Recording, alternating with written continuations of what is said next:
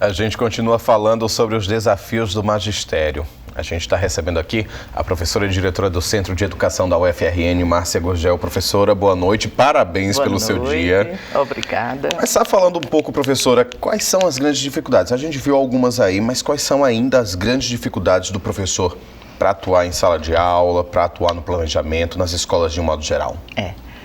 Bom, nós, como vimos, os próprios professores, de nada melhor do que dar a voz aos principais sujeitos dessa profissão, que são os próprios professores, né? E é em nome deles que eu falo hoje, né? E quero parabenizá-los inicialmente e parabenizá-las também, até porque é uma profissão essencialmente feminina, né? E, principalmente na área da infância. Nós temos muitas professoras mulheres. Eu sou professora do curso de Pedagogia e nesse curso nós temos assim marcadamente, né, uma maioria feminina. E quero parabenizar a todos e parabenizar meus colegas do Centro de Educação, né, que estão hoje comemorando. E os desafios são enormes, né? Nós temos desafios de diversas ordens.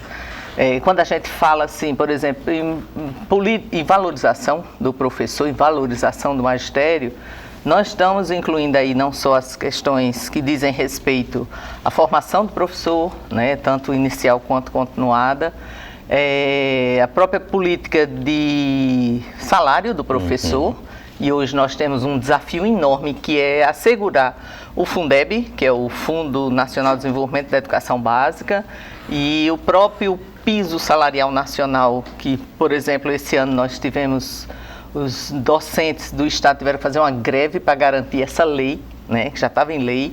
Nós temos aí as próprias condições de trabalho, né, não só as condições pedagógicas, materiais, mas as condições mesmo de desenvolvimento da profissão, né, as condições psicológicas, as condições de segurança do professor. Professora, há um processo também de aumento do mal-estar do professor em sala de aula? Com certeza. Os casos de agressão, adoecimento? Com certeza. E o último ponto que é as questões da carreira, né? Um plano de carreira que assegure que o professor se desenvolva e tenha reconhecida o seu esforço, né, em relação aos seus estudos e àquilo que ele investe na profissão. Em relação a essa questão do mal-estar, é uma questão muito séria, né?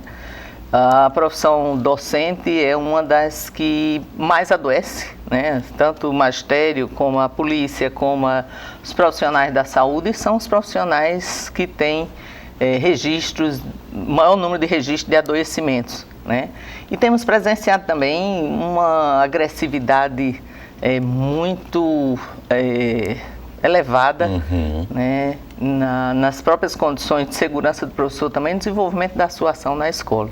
Então isso tem preocupado bastante. Esse é um cenário muito preocupante, como a senhora colocou, e a gente até brincou antes aqui, né, que mais uma entrevista para a gente falar desses desafios, dessas dificuldades, mas isso tem melhorado de alguma forma? Houve algum momento em que essa situação dos professores tenha melhorado de alguma forma? O cenário promete uma melhora? Como é que a senhora consegue analisar isso? Bom, nós tivemos nos últimos anos diversas políticas, por exemplo, nós do Centro de Educação, né, participamos e fomos protagonistas, pelo menos na formação de professores, de diversos programas que investiram fortemente na formação de professores, né?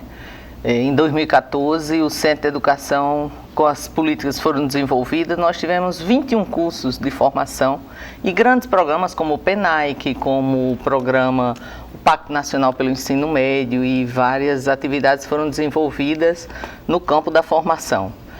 Nós já tivemos também avanços em relação à própria garantia do Fundeb, e a perspectiva que a gente tem, ele conclui em 2020, que é uma luta grande dos educadores assegurarem essa conquista, né?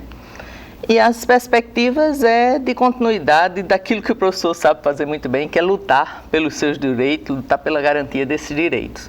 E eu acredito que só um professor salva outro professor. Tá certo, então. Professora Márcia Gurgel, que é diretora do Centro de Educação da UFRN. Professora, muito obrigado pela entrevista. Obrigada a você também. Boa noite e mais uma vez parabéns, viu? Obrigada.